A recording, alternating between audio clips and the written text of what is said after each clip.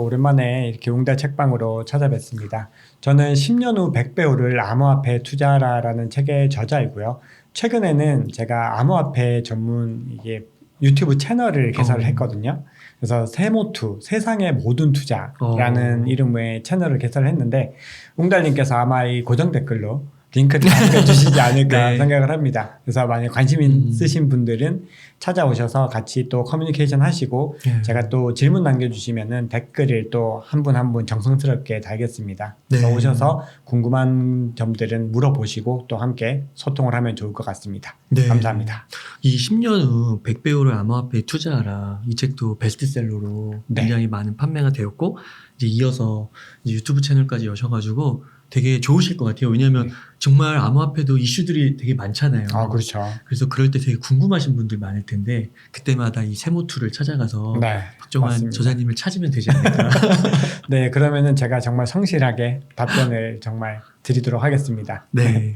그러면은 저자님 이게 좀 더 좋은 소식으로 만나면 좋기는 하겠는데 아무래도 요즘 이슈가 좀 있잖아요. 그렇죠. 그래서 거기서부터 한번 여쭤볼게요. 네. 아무래도 이제 루나 사태도 있고 또 최근에는 셀시우스. 그렇죠. 예, 이런 사태까지도 좀 있어서 이 비트코인이나 이더리움의 하락폭이 좀 큰데 우선 이제 저자님께서는 좀 어떠신가 하고 주변에 또 그런 암호화폐에 관심이 워낙 많으실 테니까 그렇죠. 좀 어떤 상황이신 것 같나요? 일단 제 상황도 좋지 않고요. 네. 지금 제가 이제 계산을 해보니까 이렇게 차트를 쭉 보고 한번 계산을 해보면 2020년 말 정도부터 뭐 한 2021년에 투자를 시작하신 분들이 많으시죠. 근데 그때 시작하신 분들 중에서 단기 투자가 아니라 장기 투자로 보유하고 계신 분들은 사실은 플러스를 지금 기록하신 분들이 많지 않으실 것 같아요. 왜냐하면은 최고점 대비로 지금 뭐 너무 많이 내려왔죠. 그래서 그 MVRV 차트라고 제가 조금 이따가 보여드릴 텐데 그 차트가 어떤 거냐면은 온체인 데이터라는 게 있어요. 온체인은 블록체인 안에서 거래되는 그 내역에 대한 데이터들을 의미하거든요. 근데 그 온체인 데이터가 사실 이 시장에서 가장 중요한 지표예요. 왜냐하면 그걸 통해서 고래들의 지갑의 움직임도 알 수 있고 이 지표들을 활용해서 어떤 새로운 어떤 지표들을 계속해서 만들어내고 있거든요. 그게 블록체인이라서 누구나 다 볼 수 있는 거예요? 그렇죠. 근데 이제 그걸 누구나 볼 수 있지만 그 정보들을 가지고 어떤 활용을 하기 위해서는 더 전문적인 기관들이 그걸 해줘야 되는 거죠. 왜냐하면 개인들이 그걸 보고서 엑셀에 그걸 전부 다 넣어가지고 할 수는 없는 거잖아요.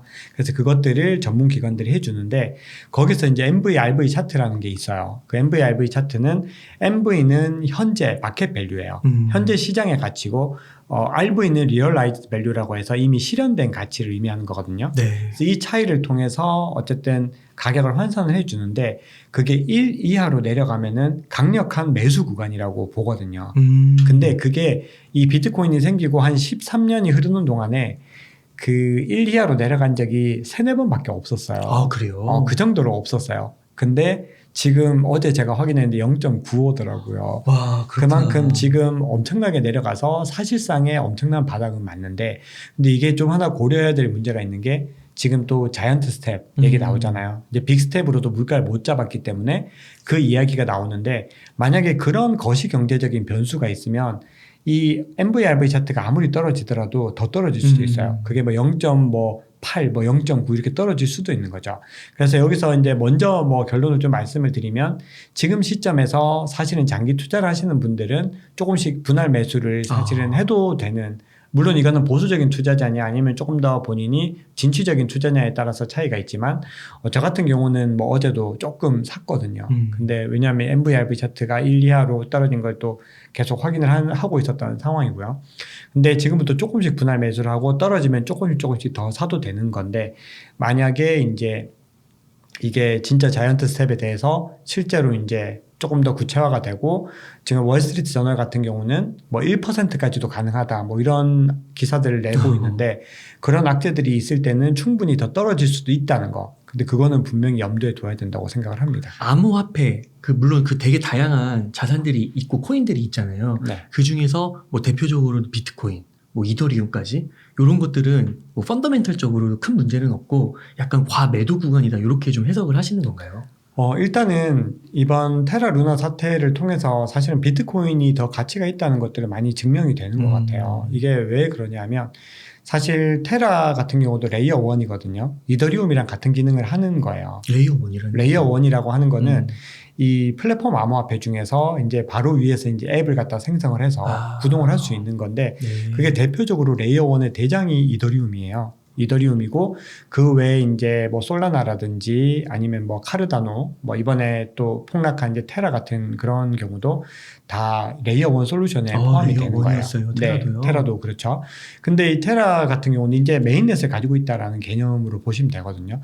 근데 이 테라 같은 경우는 조금은 차별화되었던 게 스테이블 코인을 발행을 했다는 거예요. 그래서 이 USD를 통해서 이 글로벌한 모든 환경에서 정말 탈중앙화된 스테이블 코인을 만들자는 프로젝트였어요.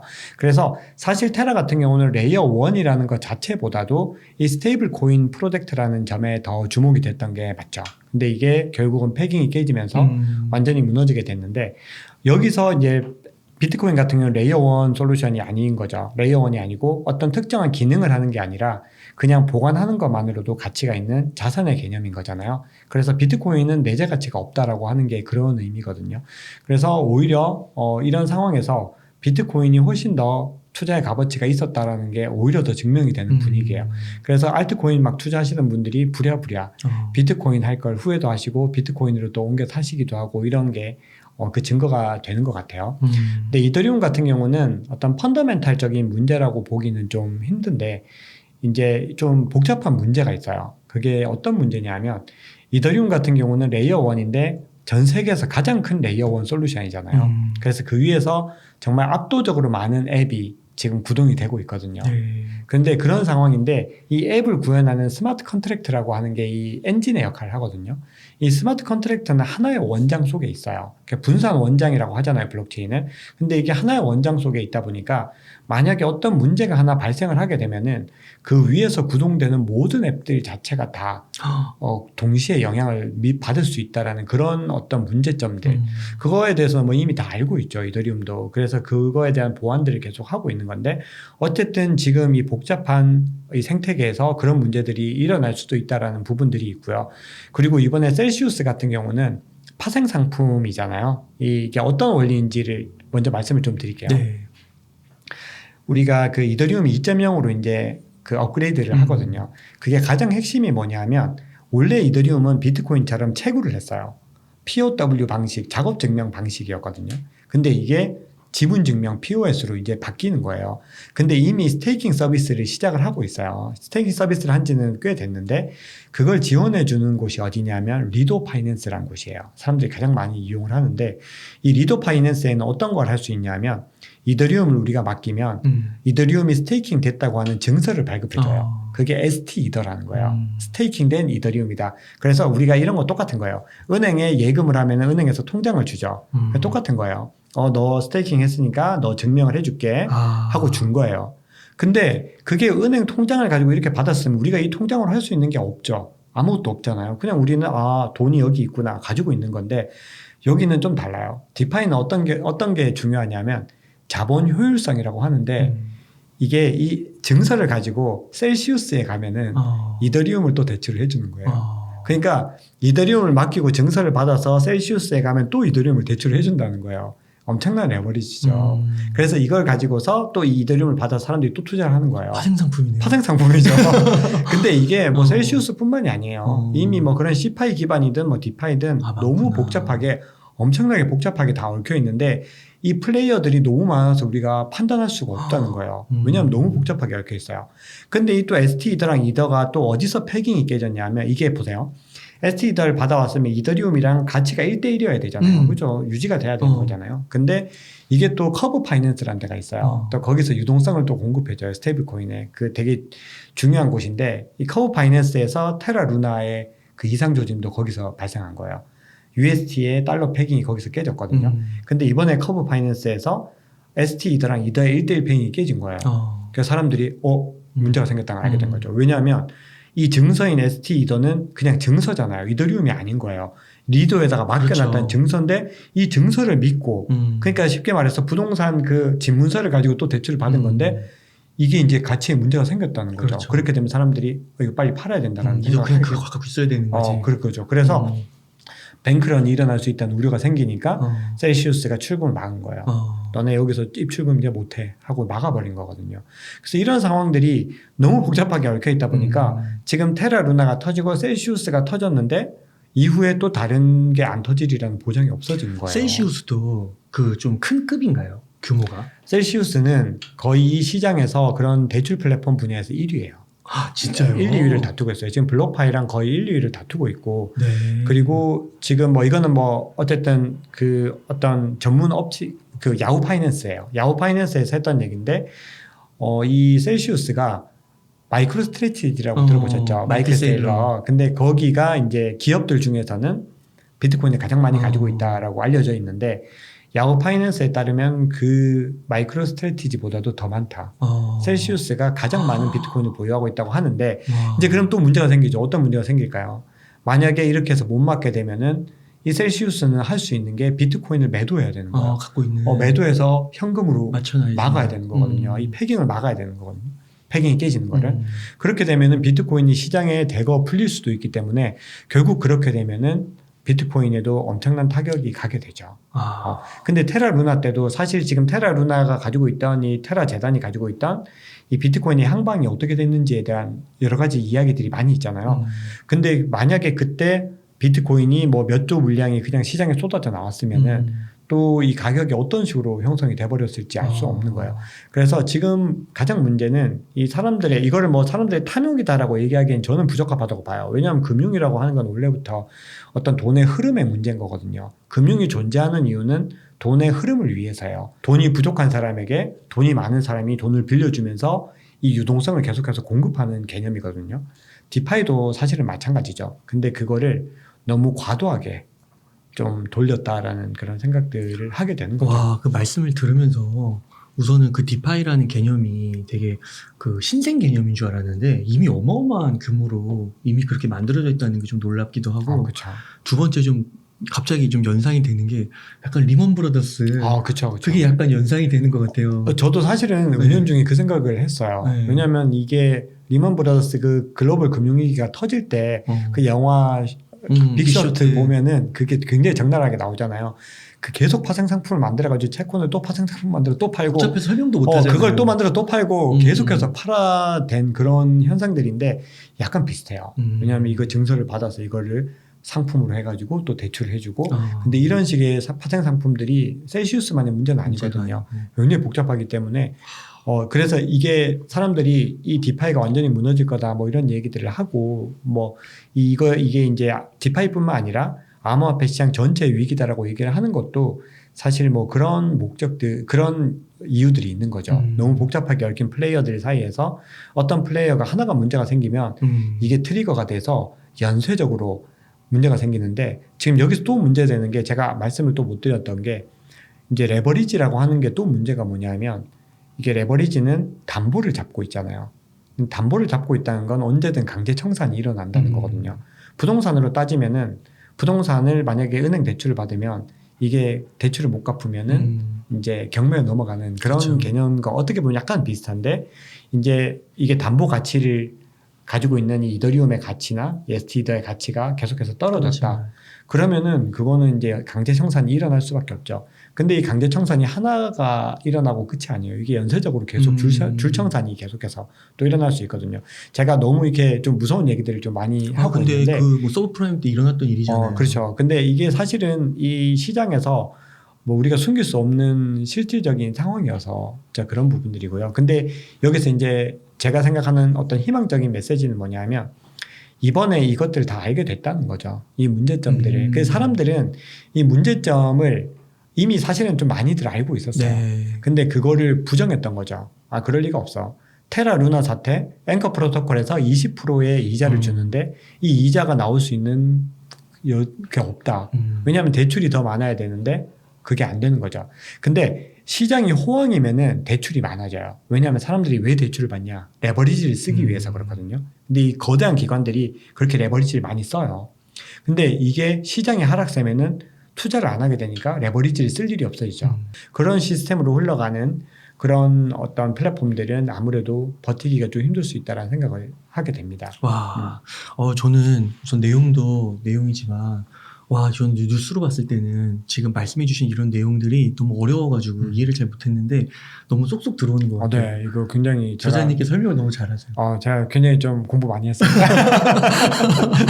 그래서 유튜브 세무투 네, 세무투 많이 찾아주시면 같이 또 네. 얘기를 나누도록 하겠습니다. 10년 후 100배우를 암호화폐에 투자하라까지 꼼꼼하게 한번 읽어보시면 너무 좋을 것 같고, 그러면은 어느 때 이렇게 전반적인 이야기를 해줘서 어떻게 해야겠구나라는 거를 저희가 어느 정도 감은 잡을 수 있을 것 같은데, 좀 구체적으로 이제 이 루나 사태와 셀시우스의 이슈를 보면서 좀 우리가 암호화폐 자산에 다가가는 데 있어서 조금 배워야 할 그런 게 뭐가 좀 있을까요? 우리가 이번 사태를 통해서 좀 많이 알게 된 부분들이 있는데, 일단 제가 요거는 군더더기 그냥 제가 뭐 즉흥적으로 좀 말씀을 드릴게요.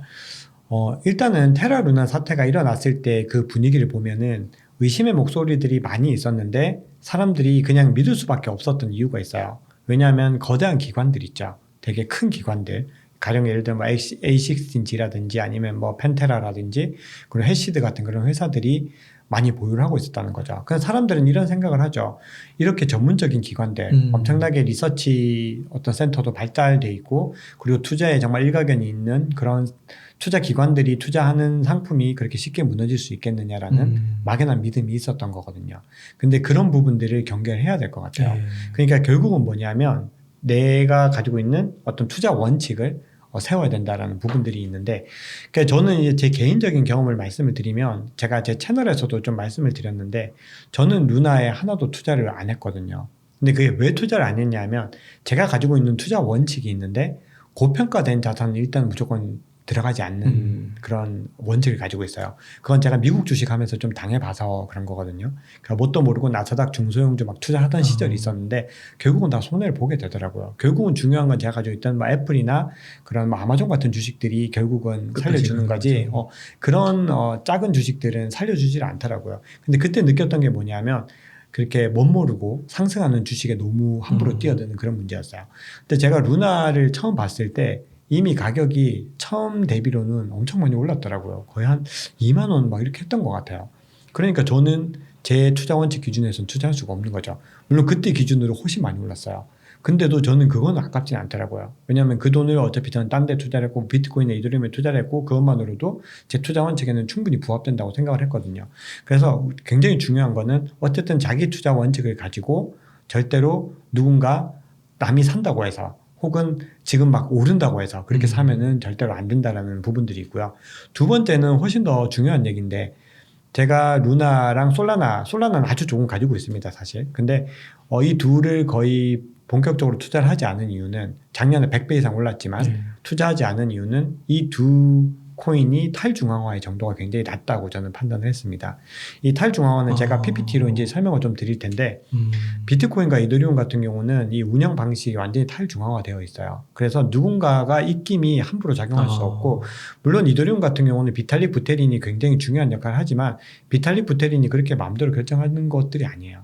근데 테라는 이번에 사태들을 보면은 굉장히 뭐 김도영 대표라는 한 명에 의해서 좌지우지가 되죠. 근데 솔라나 같은 경우도 사실은 소수의 사람들에 의해서 이 프로젝트들이 좌지우지되는 거는 저는 그렇게 생각을 하거든요. 그래서 이번 사태를 보면서 확실하게 느낀 거는 블록체인의 핵심 가치가 탈중앙화에 있는데 결국은 탈중앙화가 잘 된 코인이 그런 프로젝트가 느리게 가더라도 꾸준히 계속할 수 있을 거라는 그런 저는 확신을 좀 얻었습니다, 이번에. 그 철학이라는 부분을 네. 다시 한번 되짚어봐야 되겠네요. 그렇죠. 근데 이게 이 철학적인 문제가 결국 운영상에서 엄청나게 그렇죠. 중요한 역할들을 하게 됐고 맞아요. 결국은 그게 가장 안정적이다. 그런 결론을 얻게 된 거죠. 그러니까 기업 운영을 할 때 철학 얘기 많이 하시잖아요. 네. 그게 굉장히 뻔한 얘기가 아니라 길게 그렇죠. 보면은 그게 가장 그 기업이 가장 탄탄하게 장기적으로 상승할 수 있는, 성장할 수 있는 길이잖아요. 맞아요. 빠르게 가려면은 그런 원칙들이 별로 중요하지 않을 수 있어요. 오히려 원칙 없이 운영하는 게 빠르게 1, 2년 갈 수 있지만 그게 5년, 10년 장기적으로 갈 때는 철학이 훨씬 더 저는 중요하다고 생각을 하죠. 그러면은 그 앞서서 좀 말씀해 주신 부분, 만약에 여기서 더 좀 이렇게 최악의 사태로 만약 갈 경우에, 예를 들면 셀시우스가 그런 담보 가치를 채우기 위해서 자신의 비트코인을 팔아가지고 그런 상황까지 가면은 이제 거의 최악의 상황이라고 볼 수 있는데 그렇죠. 그렇게 되면 이제 비트코인 가격은 더 떨어질 수도 있는 건데 그렇죠.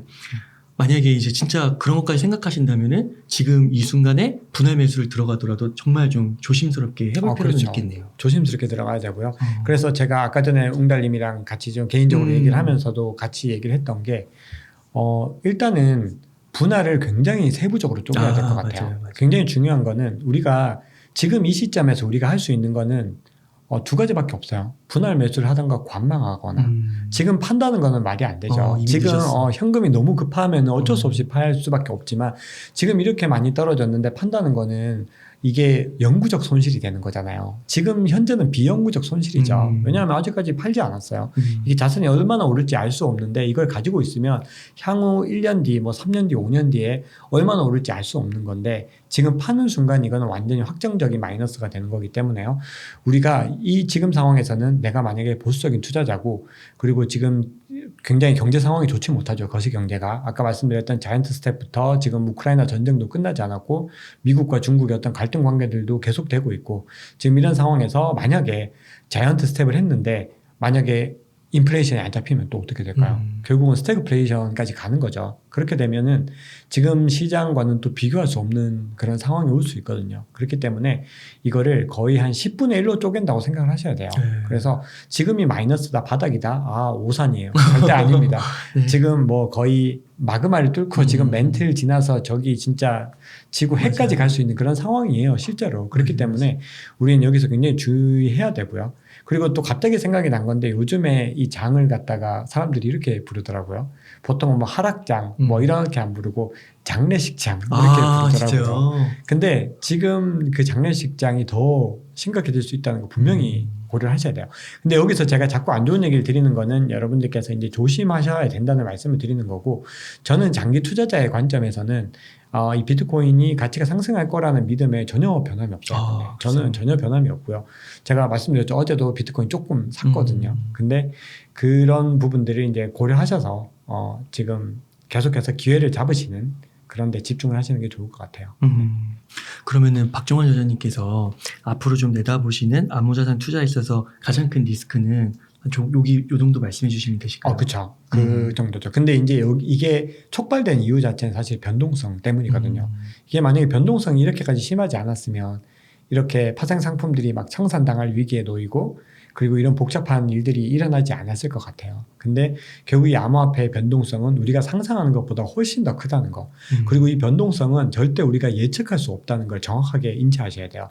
우리가 이거를 이게 마이너스야, 이게 천장이야, 이거를 우리가 섣불리 예측하는 거는 전혀 사실이 아니에요. 그거는 애초부터 불가능한 거기 때문에 우리는 투자 원칙을 가지고 분할 매수의 기준을 만들고 아니면은 기계적으로 분할 매수를 그 달러 코스트 에버리징 같은 방법들을 사용해서 하시는 방법들 적립식으로 그렇죠. 적립식으로 하는 방법 그리고 마지막으로는 반드시 장기적으로 봐야 된다는 겁니다. 단기적으로는 이 변동성을 이길 방법은 우리는 없기 때문에 장기적으로 보고 계시면 결국은 또 1년 뒤, 3년 뒤, 5년 뒤에는 저는 뭐 크게 웃을 날이 올 거라고 생각을 하고 있기 때문에 이게 좀 제가 방송에서 괜히 말씀드리는 거 아니고요. 저는 멘탈적으로 별로 흔들리거나 그런 게 실제로 없어서 그래서 말씀을 드릴 수 있는 거예요. 아무리 계좌가 안 좋아져도 저는 괜찮고 시청자 여러분들도 괜찮으시고 그리고 중심을 잡고 또 새로운 또 방법들, 원칙들을 세워나가면 진짜 좋을 것 같다 생각을 합니다.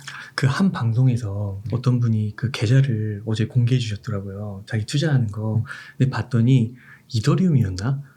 6억 정도가 날라갔더라고요. 그런 분들 많으시죠. 그런데도 그분은 굳건하시더라고요. 보통 그 다른 그 루나 사태 터졌을 때는 그 제가 이제 약간 그 짤 같은 걸로 짤 영상으로 봐서 그런 걸 막 울고 막 술 먹고 그런 분들 많았어요. 많았었는데 이분은 그래서 왜 그러냐고 했더니 자신은 어차피 장기 투자로 가는 거고 그럼 좋은 코인에 공부가 된 것에 투자를 했기 때문에 괜찮다 이렇게 얘기하시더라고요. 대단하시네요. 50만 불이 날라갔어요. 50만. 와, 진짜 그 정도의 대범함을 또 갖기는 쉽지 않을 것 같아요. 6억이면은 개인 투자자로서는 정말 큰 돈이죠, 사실. 근데 그게 이제 그분이 그래도 이더리움 같은 우량한 코인에 투자했다라는 게 진짜 좋은 거고 만약에 그 6억이 테라 루나 같은 프로젝트에 들어가 있었으면은 사실은 회복하기가 이제 어려울 수도 있는 거죠. 시간의 문제는 아니에요. 그거는 왜냐하면 시간의 문제로 회복할 수 있는 코인이 있고 아닌 코인이 있는데 일단 비트코인, 이더리움은 시간의 문제가 해결해 줄 수 있는 코인이라고 생각을 해요. 그러니까 저는 최근에 제가 서울 머니쇼 나갔었거든요. 그러니까 서울 머니쇼에서 이제 강연을 했었는데 거기서 만나 뵌 분 중에서 한 분은 지인분들 중에서 이 암호화폐 투자로 성공한 분들이 되게 많으신데 테라 루나로 100억을 잃었다 그러시더라고요. 그래서 그때 원래 100억 이상 들어있었던 계좌에 그 강연할 때 제가 물어봤을 때 기준으로는 계좌에 2,300만 원 남아있었다 그러더라고요. 그러니까 그런 분들이 그런 상황에서 사실은 어떤 정신을 잡기가 사실 쉽지 않죠. 왜냐하면 너무 큰 돈이잖아요. 그리고 그 100억을 뭐 본인이 당연히 암호화폐 투자로 벌었겠지만 어쨌든 그 돈을 그 당시에 현금화를 했으면 100억이 고스란히 들어오는 건데 그게 그냥 계좌에만 있다 사라진 개념이 되는 거잖아요. 그 상실감은 엄청나게 크다고 하더라고요. 그래서 결국은 이번 사태를 통해서 많이 이제 알게 된 거는 우량한 코인들에 집중적으로 투자를 해야 된다. 이제 확실히 증명이 된 것 같습니다. 네. 그러면은 그 저자님께서 보실 때 앞으로는 좀 어떤 미래 시나리오가 좀 펼쳐질 것 같으세요? 일단 미래는 단기적인 미래를 예측한다는 건 거의 불가능한 것 같아요. 근데 단기적으로 봤을 때 지금 셀시우스 사태가 터졌는데 테라 루나 이후에 셀시우스가 터지고 근데 그 다음에 또 뭐가 터질지 알 수 없다는 거예요. 그래서 만약에 셀시우스 사태가 아직까지는 대규모 뱅크런이 일어나거나 하진 않았지만 어쨌든 방송이 나갈 때 시점엔 또 어떻게 됐을지 몰라요. 근데 그런 부분들이 만약에 새로운 사건들이 계속해서 터지게 되면은 우리는 사실은 훨씬 더 많은 마이너스를 감내를 해야 될 수도 있고요. 근데 이게 말씀드렸다시피 장기적으로는 이런 사태들을 이제 해결하는 과정들이 동반이 되겠죠. 그렇죠. 가령 스테이블 코인 같은 경우도 테라 루나 같은 경우 이 UST, 테라 USD는 알고리즘 방식이라고 하거든요. 근데 이 알고리즘 방식이 문제가 있다는 게 이번에 증명이 된 거잖아요. 그러면 이제 새로운 시도들이 계속 나오게 되는 거예요. 그래서 이 알고리즘 방식을 보완해서 지금 뭐 부분 담보형 모델 이런 것도 나오고 있고 새로운 시도들이 계속 되고 있는데 이것들을 통해서 또 뭔가 혁신적인 메커니즘이 나오면 이 시장은 또 한 발 더 나가는 거예요.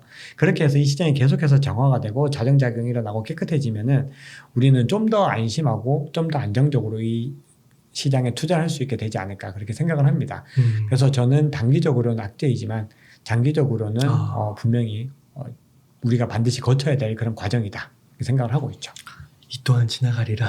이 또한 지나가게 돼요. 왜냐하면 이거는 역사적으로 계속 반복이 되어 온 거고 뭐 주식이 이 세상에 태어나고 뭐 수천 번, 수만 번 반복되어 온 일들인 거죠. 그러니까 이건 암호화폐 시장은 주식에 비하면 너무나 신생자산이죠. 그렇기 때문에 지금은 엄청난 과도기를 많이 겪어야 되고 또 이 사태를 겪고 나면 또 어떤 문제가 터질지 몰라요. 그래서 그런 부분들 우리가 감안해야 되는데 반드시 주의해야 되는 건 이 모든 건 투자의 과정이라는 거예요. 우리가 이런 투자의 과정을 밟지 않고 투자에 성공할 수 있는 거는 사실은 좀 불가능하지 않을까 그렇게 생각을 합니다.